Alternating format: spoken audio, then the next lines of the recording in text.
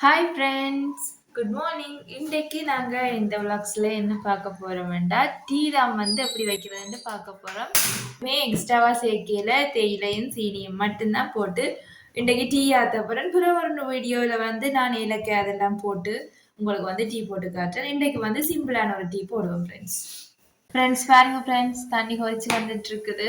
நாங்கள் இப்போ தண்ணி இந்த கொதிக்கிற பாருங்க பபிள்ஸ் வந்துட்டு ஃப்ரெண்ட்ஸ்.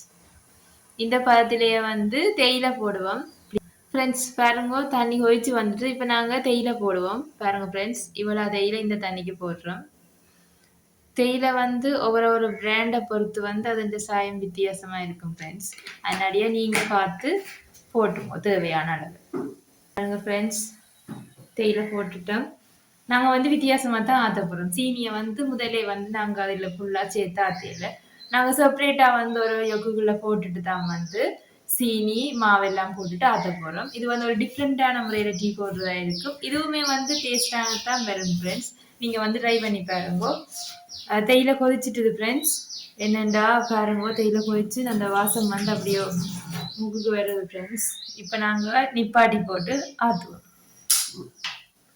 ஓகே ஃப்ரெண்ட்ஸ், இப்போ சீனி போடுறோம். பாருங்க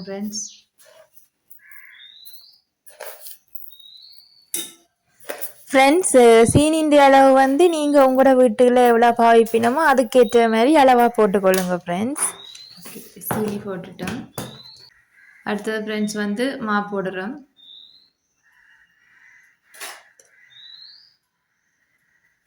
இதெல்லாம் நீங்கள் உங்களோட தேவைக்கு ஏற்ப தான் ஃப்ரெண்ட்ஸ் போடணும்.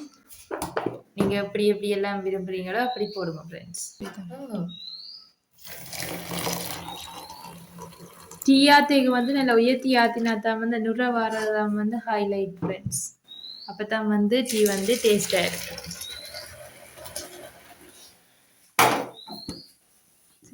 ஜூம் பண்ணுறேன்.